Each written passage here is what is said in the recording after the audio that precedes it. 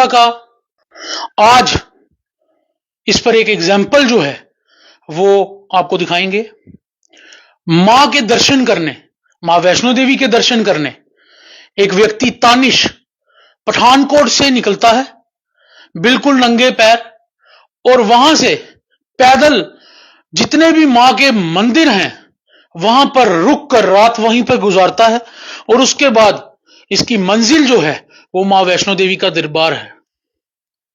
लेकिन of the camera जब हमने इनसे काफी बातें की कि भाई आपको रास्ते में क्या मुश्किलातें आती हैं, किस तरह की श्रद्धा है, किस तरह का आपको जुनून आता है, किस तरह से आप चलते हैं, तो बहुत सी हैरान कर देने वाली बातें इस व्यक्ति तानिश ने की, इस श्रद्धालु ने की। उनमें से कुछ एक दो बातें मैं करूंगा, लेकिन विस्तार पूर्वक जो है हम इस तानिश से जानेंगे। खैर, हमने इसको जब हमें पता चला, हमें ये श्रद्धालु पता चले कि यहां पहुंचे हैं, तो हमने इन्हें कहा तो ये बाहर आने को तैयार थे, लेकिन हमने चाहा कि ये रेस्ट कर रहे हैं रात को, तो हमने इनके पास आकर ही इनसे बातचीत करना चाहिए। चैनल 1 की वीडियो देख रहे हैं, वीडियो को शेयर कर दीजिए। जय माता दी या जय भवानी, जो आप लिखना चाहते हैं जरूर लिखिए। सनातन धर्म की जय भी लिख सकते हो, क्योंकि हिंदुओं के लिए सनातन धर्म जो है वो सबसे ऊपर है। जो दो बातें जो मैं करना चाहता हूं, जो ऑफ द कैमरा इस व्यक्ति ने हमें बताई। पहली, इस व्यक्ति ने कहा कि मैं जितने दिन तक वापिस पहुंचकर कंजक पूजन ना करूं तब तक मैं सिर्फ नंगे पैर नहीं चलता, मैं फास्ट यानी कि व्रत भी रखता हूं। यह है मां की शक्ति, यह है मां के प्रति श्रद्धा। दूसरी बात आपको मैं बता दूं, जो इन्होंने कहा वो ये कहा कि जितने भी मंदिर रास्ते में आते हैं उन पर जब रुकना हो तो वो रुकने की बजाय, वहां पर सुविधा के बजाय, वहां पर जब रुकने के लिए हम जाते हैं तो रुकने नहीं दिया जाता है। चाहे फिर वो मंदिर राजबाग में राम मंदिर हो या फिर मां बावे वाली का मंदिर यहां पर बहुफोर्ट में हो। तो इनसे जानते हैं इन्होंने अपनी यात्रा कब शुरू की, क्या कुछ इन्होंने यात्रा करते हुए किस तरह की इनको सुविधा रास्ते से मिली, और सबसे अहम बात क्या है। इस समय हैरानगी की बात यह है कि कड़ाके की सर्दी, यानी कि बहुत ज्यादा सर्दी जो है वो इस समय पड़ रही है, उसके बावजूद भी मां का आशीर्वाद इन पर ऐसा है कि इन्हें ना तो सर्दी लगती है ना ही दर्द होता है, सिर्फ मां का प्यार खींचा ले जाता है। तो जानते हैं तानिश से कि कैसा इनका सफर रहा। जय माता दी, मैं तानिश कुमार, पिंड गो, उपला कानपुर, पठानकोट जिला। मैं माता चीची देवी जी, जय माता बावे वाली जी, जय माता कोकनोली जी, जय माता वैष्णो देवी जी यात्रा ते आया हाँ। मैं जम्मू दे विच हाँ इस वक्त। मैं बावे माता जी हाँ, ते इत्थे मैनू बावे माता जी नहीं रहन दिता हिंदुओं ने। मैं इन्होंने इको गल कहना चाहना कि हिंदुओं आप सुधर जाओ, ऐसे मत किया करो हमारे साथ। हमें यही आस होती है कि हम हिंदू के मंदिर में रह सकते हैं, जहाँ पे राजबाग कठुआ के पास वहां पर मंदिर। आपकी एक वीडियो वायरल हुई जिसमें आपने कहा कि मुझे राम मंदिर नहीं रहने दिया राजबाग में। हाँ जी, हाँ जी, सही बात है। वहां मैं गुरुद्वारे में रात निकाल के आया, 2 बार मैं वहां पे गया था। पिछली बार भी मैं नवरात्रि में आया था जहाँ पे, तब भी उन्होंने ऐसे ही किया, कहते कि जहाँ पे मंदिर में काम लगा हुआ है। चलो कोई बात नहीं, लेकिन मां की श्रद्धा पूरी है और आप बिल्कुल बिल्कुल सही, माँ की पूरी श्रद्धा है, इसीलिए अब भी हिंदू होने के नाते सनातन धर्म की जय जरूर बोलोगे। सनातन धर्म की जय जय। आप नंगे पैर आए हैं? हाँ जी, हाँ जी। किस तरह का फील कर रहे हैं? ठंड बहुत है। मैं मैया के दर्शन करने आया हूँ, बस कुछ फील नहीं होता मेरे को, बस इतना ही कहना चाहता। कितनी बार आए हो? मैं दूसरी बार आया हूँ। ये झंडा साथ लेके चलोगे? पैरों में दर्द होगी तो कब आपने व्रत भी रखे हैं आपने कहा? हाँ जी, हाँ जी जी। कब? मैंने 23 12/2025 को व्रत रखना चालू कर दिया था। तो कितने दिन लगे पठानकोट से यहाँ जम्मू पहुंचते? जहाँ पे पहुंचते मेरे को 3 दिन लग गए। अब आगे आप कितने दिन में पहुंचोगे, क्या सोचा है? आगे का मैं बता नहीं सकता। माता वैष्णो देवी जी का कोई पता नहीं कब बुलाए, कब बुलावा आता है, कोई पता नहीं। लेकिन अब यहाँ से आगे की और यात्रा कब शुरू करोगे? आगे की यात्रा मैं कल स्टार्ट करूंगा माता कोलकंडोली जी। वहां पे भी रात को नहीं रहने देते। फिर कहाँ रुकोगे? फिर देखेंगे कहीं जहाँ शतान मिल जाए महामाई को, वहां लेंगे हम। कितनी उम्र है आपकी? मेरी उम्र 23 साल। क्या काम करते हो? मैं मजदूर हूँ, दिहाड़ी लगाता हूँ।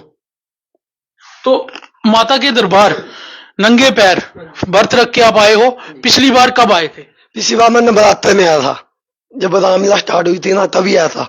क्या मकसद है? कोई मांग होती है, कोई मांग होती है, कोई इंसान की जब भी कभी ऐसी जगहों पर पहुंचता है तो इंसान की कोई ना कोई हम कहते हैं सुखन होती है, कोई ना कोई इंसान की जो है माँ के प्रति प्यार तो है ही है, लेकिन उसके साथ साथ कहीं ना कहीं माँ से हम लोग जो है एक भिखारी की तरह हम सब लोग भेंट मांगते हैं।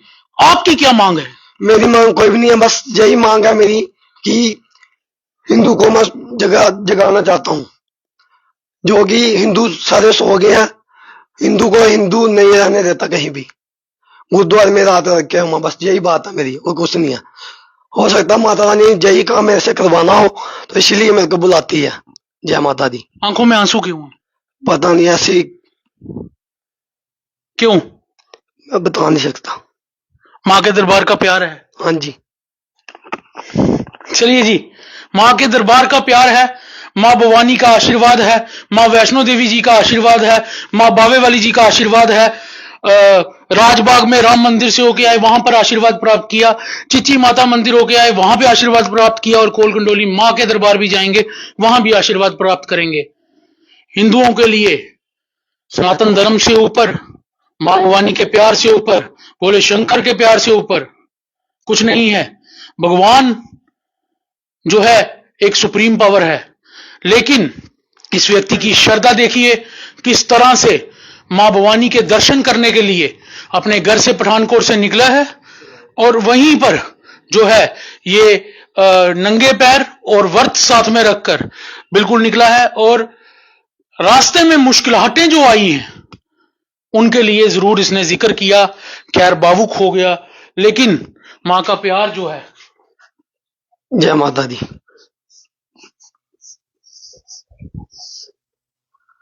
लेकिन एक बात है कि सराय जो है वो हर मंदिर में होना चाहिए, सराय जरूर होनी चाहिए, क्योंकि अगर इस तरह के श्रद्धालु जगह जगह से यहां पर आते हैं, जैसे माँ बाबा वली के दरबार में आए या चिची माता के दरबार में इन्होंने कहा सराय थी तो वहां पे ये रात गुजार के आए हैं, ऐसे ही जो ये मंदिर हैं जितने भी, वहां पर मंदिर प्रेमिसेस के जितने लोग हैं, जितनी संस्थाएं हैं या फिर सनातन धर्म सभाबली हैं, उनको भी इन चीजों पर संज्ञान लेना चाहिए।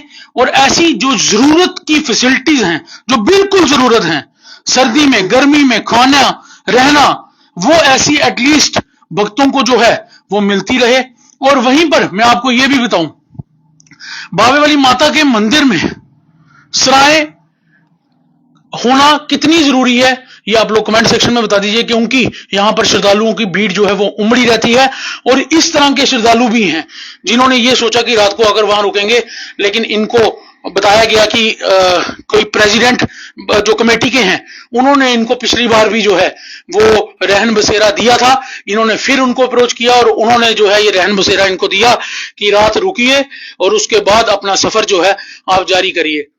तो अंत में यही कहूंगा कि जय माता दी जरूर लिखिए और इस व्यक्ति का मैसेज जो है वो जरूर ले लीजिए, जो इस व्यक्ति का मैसेज है। जय माता दी। मैं यही कुछ कहना चाहता हूँ कि मैं यात्रा पे आता हूँ ना, जब मैं यही सोच के आता हूँ कि जो हिंदू सो गए हैं मैं उनको जागरूक करने आया हूँ, बस, और कुछ नहीं। धर्म के प्रति चीजें, चाहे वो हिंदू धर्म हो चाहे वो कोई भी धर्म हो, जो बच्चे हैं जब वो बड़े होते हैं उनको स्कूल में या घर में जब हम पढ़ाई देते हैं तो उसी तरह से जो है वो उनको जो है धार्मिक स्टडीज भी जो है वो साथ के साथ करानी चाहिए, जो कि धार्मिक स्टडीज जो हैं वो कहीं ना कहीं बच्चों को नहीं मिल रही हैं और वो किसी ना किसी तरह इन चीजों से दूर होते चले जा रहे हैं। अंत में कोई मैसेज देंगे? नहीं तो फिर आपका ना ज्यादा टाइम लेते हुए हम आपसे जो है वो इजाजत पाएंगे। मैं कहना चाहता हूँ पहले क्या होता था कि मंदिरों में स्कूल भी होते थे, सराय भी होती थी।